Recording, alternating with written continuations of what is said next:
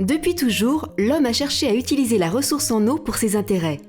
Utiliser sa force pour alimenter des moulins, produire de l'énergie ou tout simplement la prélever. Différents ouvrages ont donc été construits au fil du temps. Aujourd'hui, ces ouvrages n'ont pour la plupart plus d'usage et sont dégradés.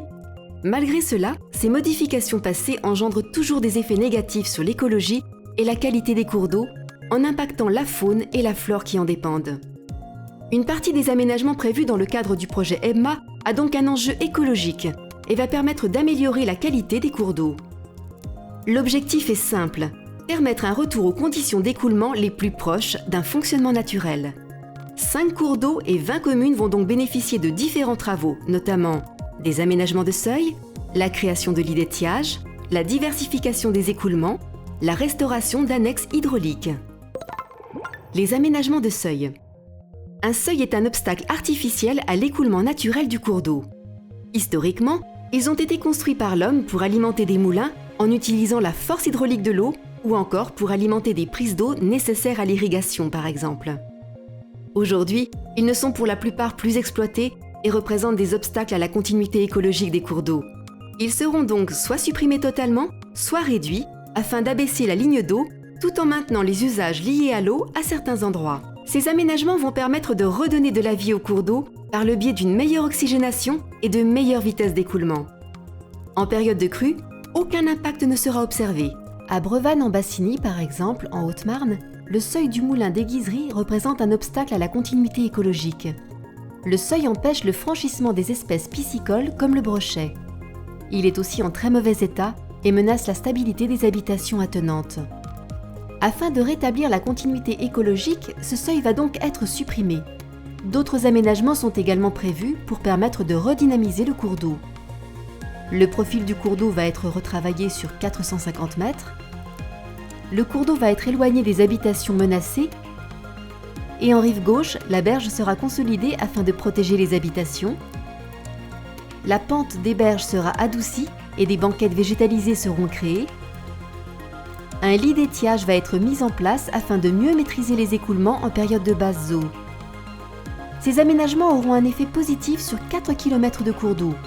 Il est notamment attendu le retour de caractéristiques hydromorphologiques et environnementales intéressantes en période de basse et moyenne eau, la restauration de la continuité écologique, la limitation du colmatage et de l'envasement, l'apparition de milieux humides favorisés par la mise en place de banquettes végétalisées et d'une ripisylve adaptée. Création de lits d'étiage. Certains aménagements humains ont consisté à élargir le lit du cours d'eau. En période de basse eau, lorsque le débit devient insuffisant, la hauteur d'eau n'est plus assez importante. La température augmente, les algues prolifèrent et l'oxygène, indispensable à la vie aquatique, diminue aussi. Dans ce cas de figure, il est nécessaire d'avoir recours à la création de lits d'étiage. Un lit d'étiage, également appelé risberme, est un aménagement qui consiste à réduire la largeur du cours d'eau, permettant de maintenir un débit et une hauteur d'eau suffisante en période de basse eau. Des végétaux sont plantés sur les berges une fois qu'elles ont été retravaillées, afin de les stabiliser et recréer une végétation qui est souvent manquante. Le lit d'étiage a également pour rôle de redonner une sinuosité au cours d'eau, ce qui améliore son oxygénation et sa capacité d'auto-épuration. La vitesse d'écoulement augmente, ce qui réduit l'élévation de la température et le développement des algues. À Autigny-la-Tour, par exemple, le verre s'élargit de 16 à 25 mètres sur environ 40 mètres linéaires à l'amont du pont. Cet élargissement provoque un étalement important de la lame d'eau et un réchauffement des eaux en période d'étiage. On observe régulièrement l'apparition de plantes aquatiques néfastes, surtout l'été. Le lit d'étiage en rive gauche va permettre de concentrer les écoulements sur un tiers de la largeur actuelle. L'écoulement va alors s'accélérer et la hauteur d'eau augmentera de 10 cm lors des basses eaux.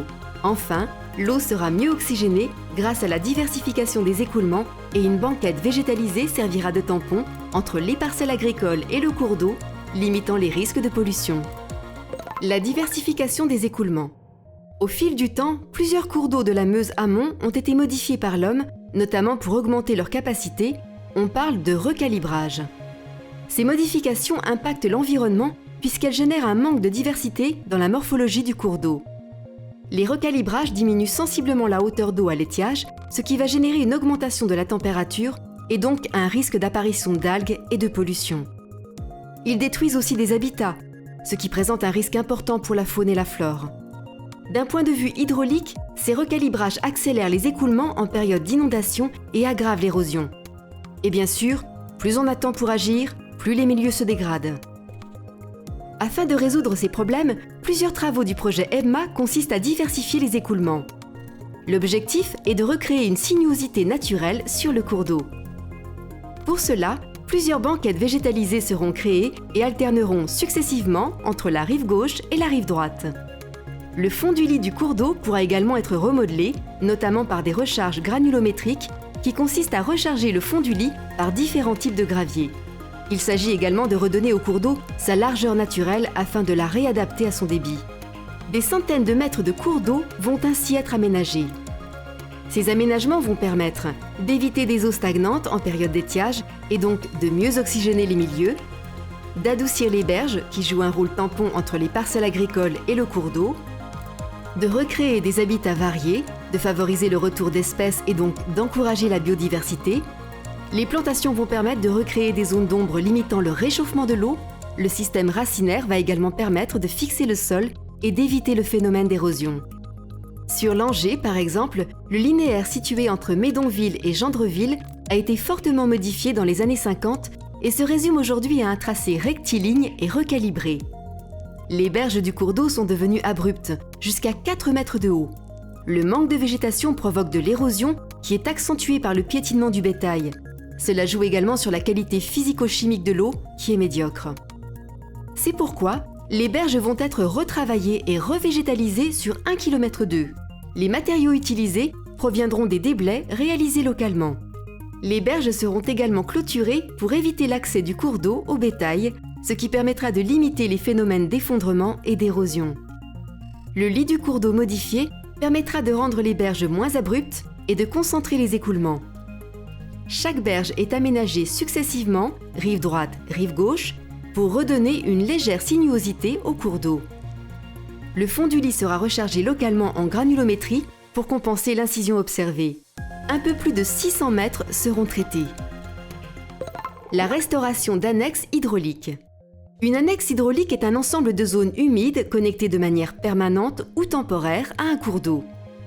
Ces espaces constituent un habitat très favorable pour différentes espèces animales et végétales, insectes, poissons, amphibiens, oiseaux, mammifères, et sont riches en biodiversité. Les annexes jouent un rôle important dans le cycle de vie des espèces et notamment dans la reproduction des poissons. Elles constituent des zones de reproduction, de repos migratoire ou encore des aires de nourrissage. Ces zones sont souvent dégradées par des actions humaines comme les cultures et le pâturage intensif. Certaines actions d'EBMA ont pour but de restaurer ces annexes, de connecter ou reconnecter ces milieux naturels avec les cours d'eau afin de garantir, voire d'améliorer leur fonctionnement. Ces connexions vont permettre de créer de nouveaux habitats. Les micro-annexes, par exemple, serviront à la reproduction des amphibiens.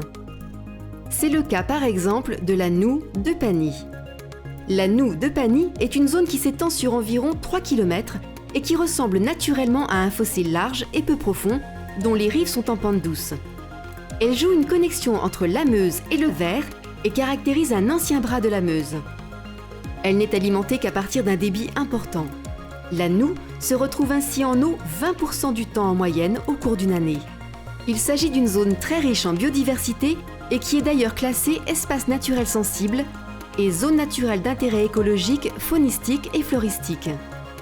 On y retrouve par exemple la mante poulio, le crapaud commun et la grenouille rieuse, la couleuvre à collier, des libellules et des criquets, des mésanges bleus, des pivers, etc.